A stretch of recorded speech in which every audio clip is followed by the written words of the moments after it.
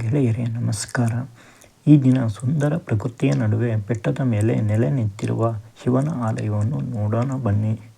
ಈ ದೇವಾಲಯ ಇರುವುದು ಹಾಸನ ಜಿಲ್ಲೆಯ ಸೀಗೆಗುಡ್ಡದಲ್ಲಿ. ದೇವಾಲಯದ ಹೆಸರು ಮಳೆಮಲ್ಲೇಶ್ವರ ಸ್ವಾಮಿ ಸನ್ನಿಧಿ ಶೃಂಗಗಿರಿ.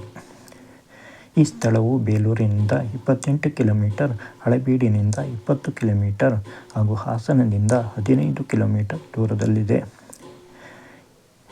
ಇಲ್ಲಿಗೆ ಹಾಸನ ಬೇಲೂರು, ಹಾಸನ ಹಳೇಬೀಡು ಮಾರ್ಗದ ಮೂಲಕ ಹೋಗಬಹುದು. ಬೆಟ್ಟಕ್ಕೆ ಹೋಗಲು ಉತ್ತಮ ರಸ್ತೆ ಇದೆ. ದಂತಕಥೆಯ ಪ್ರಕಾರ ಪಾಂಡವರು ವನವಾಸದ ಸಮಯದಲ್ಲಿ ಈ ಬೆಟ್ಟಕ್ಕೆ ಬಂದಾಗ ಅವರಿಗೆ ಕುಡಿಯಲು ನೀರು ಸಿಗುವುದಿಲ್ಲ. ಅರ್ಜುನನು ತನ್ನ ಬಾಣದಿಂದ ಇಲ್ಲಿಯ ಬಂಡೆಗೆ ಹೊಡೆದಾಗ ನೀರು ಹೊರಬರುತ್ತದೆ ಮತ್ತು ಬಂಡೆಯಲ್ಲಿ ಸುರಂಗ ಉಂಟಾಗುತ್ತದೆ. ಈ ಸುರಂಗವನ್ನು ಈಗಲೂ ಕಾಣಬಹುದು. ಇಲ್ಲಿ ಉದ್ಭವ ಪಂಚಮುಖಿ ಶಿವನಿಗೆ ಪೂಜಿಸಲಾಗುತ್ತದೆ. ಶಿವನ ಮೂರ್ತಿಯ ಮೇಲ್ಭಾಗದಲ್ಲಿ 36 ಅಡಿ ಎತ್ತರದ ಶಿವನ ಪ್ರತಿಮೆ ನಿರ್ಮಿಸಲಾಗಿದೆ. ಮಳೆ ಬಾರದೇ ಇದ್ದಾಗ ಇಲ್ಲಿ ಪೂಜಿಸಿದರೆ ಮಳೆ ಬರುತ್ತದೆ ಎಂಬ ಪ್ರತೀತಿ ಇದೆ.